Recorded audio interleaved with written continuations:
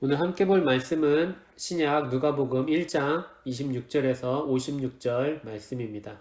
여섯째 달에 천사 가브리엘이 하나님의 보내심을 받아 갈릴리 나사렛이란 동네에 가서 다윗의 자손 요셉이라 하는 사람과 약혼한 처녀에게 이르니 그 처녀의 이름은 마리아라.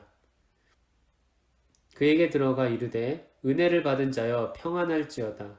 주께서 너와 함께 하시도다 하니 처녀가 그 말을 듣고 놀라 이런 인사가 어찌함인가 생각하매 천사가 이르되 마리아여 무서워하지 말라. 내가 하나님께 은혜를 입었느니라. 보라 내가 잉태하여 아들을 낳으리니 그 이름을 예수라 하라.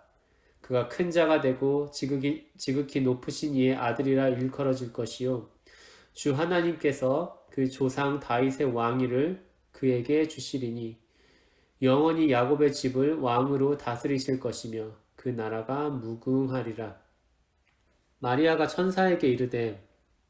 마리아가 천사에게 말하되 나는 남자를 알지 못하니 어찌 이 일이 있으리이까?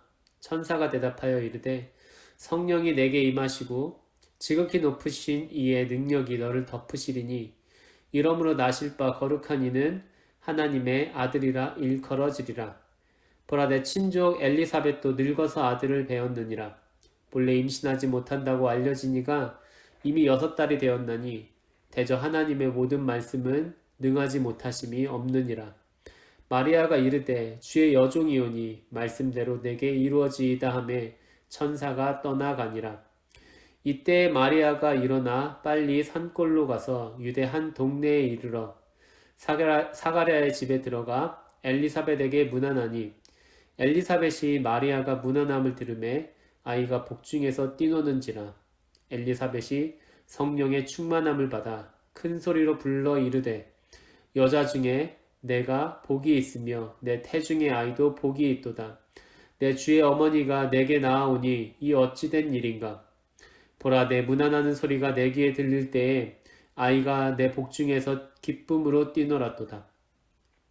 주께서 하신 말씀이 반드시 이루어지리라고 믿은 그 여자에게 복이 있도다. 마리아가 이르되 내 영혼이 주를 찬양하며 내 마음이 하나님 내 구주를 기뻐하였음은 그의 여종의 비천함을 돌보셨음이라. 보라 이제 후로는 만세의 나를 복이 있다 일컬으리로다. 능하신 이가 큰 일을 내게 행하셨으니 그 이름이 거룩하시며 극률하심이 두려워하는 자에게 대대로 이르는도다. 그의 팔로 힘을 보이사 마음의 생각이 교만한 자들을 흩으셨고 권세 있는 자를 그 위에서 내리치셨으며 비천한 자를 높이셨고 줄이는 자를 좋은 것으로 배불리셨으며 부자는 빈손으로 보내셨도다. 그 종 이스라엘을 도우사 긍휼히 여기시고 기억하시되 우리 조상에게 말씀하신 것과 같이 아브라함과 그 자손에게 영원히 하시리로다 하니라. 마리아가 3달쯤 함께 있다가 집으로 돌아가니라. 오늘 본문은 특별한 생명에 관한 말씀이라고 할 수 있을 것 같습니다. 제가 생명을 언급할 때 특별한이라는 말을 덧붙인 이유가 있습니다. 오늘 본문에 언급된 예수님과 세례 요한이 잉태된 사실은 분명한 차이점이 있기는 하지만 이 두 사건 모두 생명이 탄생할 수 없는 상황에서 일어난 일이기 때문입니다. 사가랴와 엘리사벳은 오랫동안 아기를 갖지 못했고 이제는 나이가 너무 들어서 아기를 갖는다는 것은 불가능했었습니다. 하지만 하나님의 큰 능력은 그러한 조건에서도 생명의 잉태가 가능하도록 만들었습니다. 그래서 이 사가랴와 엘리사벳 부부를 통해서 세례 요한이 태어나게 된 것입니다. 마리아의 경우에는 아직 결혼도 안 한 상태에서 아이를 갖게 됩니다.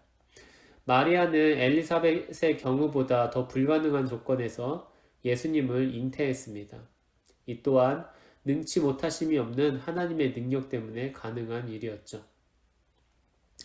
오늘 본문을 포함해서 누가복음 1장 전체에 나타난 이야기를 살펴보면 우리는 어떤 상황에서도 생명이 존재할 수 있게 하시는 하나님의 능력이 얼마나 큰지를 엿볼 수 있습니다. 그리고 그렇게 신비하고 큰 능력을 힘입어 탄생을 하게 되는 세례 요한과 예수님이 얼마나 특별한지도 짐작할 수 있을 것입니다. 하지만 오늘 본문은 하나님의 능력의 크심이나 세례 요한과 예수님의 어떤 특별한 출생에만 관심을 두고 끝나지 않습니다. 누가복음에서 소개하고 있는 세례 요한과 예수님의 출생 이야기는 하나님께서 사람의 죽음이 아니라 사람의 생명을 기뻐하신다는 것을 보여줍니다. 이 이야기에서는 생명의 잉태의 가능성이 전혀 없는 사람들이 임신을 통하여 생명의 기쁨을 누리고 있기 때문입니다. 물론 마리아의 경우 엘리사벳과 달리 결혼 전에 임신을 하게 된 것이기 때문에 오히려 그것은 기쁨이 아니라 이루 말할 수 없는 두려움과 걱정을 주는 일이었을 것입니다. 하지만 그녀가 잉태한 아기는 훗날 이 땅에 죽음이 없는 영원한 나라를 가져올 예수 그리스도였기 때문에 마리아는 사회적인 차별과 비난을 받게 되더라도 이루 말할 수 없는 기쁨을 얻게 되는 것입니다. 하나님은 인간의 생명을 가장 소중히 여기시는 분이십니다. 사람들이 하나님 앞에서 죄를 짓고 하나님과의 관계를 깨트린 상황에서 그들을 기다리고 있는 것은 하나님께서 그들의 죄에 대해 내리시는 죽음의 심판뿐입니다. 그렇게 생명의 가능성이 전혀 없는 사람들에게 하나님은 생명을 선물로 주시기 위한 특별한 방법을 생각해내셨습니다. 그것은 사람들에게 생명을 주러 오신 예수님께서 생명의 잉태가 아예 불가능한 상황을 이겨내고 이 땅에 사람으로 오시는 것입니다. 결국 하나님께서는 죽음의 심판 아래에 놓여있는 사람들에게 예수님의 그 특별한 탄생을 통하여 생명의 소망을 보여주신 것입니다. 그리고 오늘 본문 32절을 보면 예수님을 가리켜서 큰 자가 될 것이라는 언급이 나와 있습니다. 그런데 예수님의 앞서 큰 자가 될 것이라는 예언을 받은 사람이 또 하나 있는데요. 그 사람은 바로 세례 요한입니다. 오늘 본문은 아니지만 누가복음 1장 15절에서 세례 요한은 큰 자가 될 것이라는 예언을 받았습니다. 예수님과 세례 요한이 큰 자가 될 것이라는 말은 그들 모두 하나님이 주시는 생명의 소망을 갖고 잉태되었다는 상황에서 나온 말입니다. 그리고 예수님과 세례 요한 모두 생명의 소망을 전할 사람이었기 때문에 큰 자가 되는 것이었습니다. 그리고 이 둘 사이에는 분명한 차이도 있었습니다.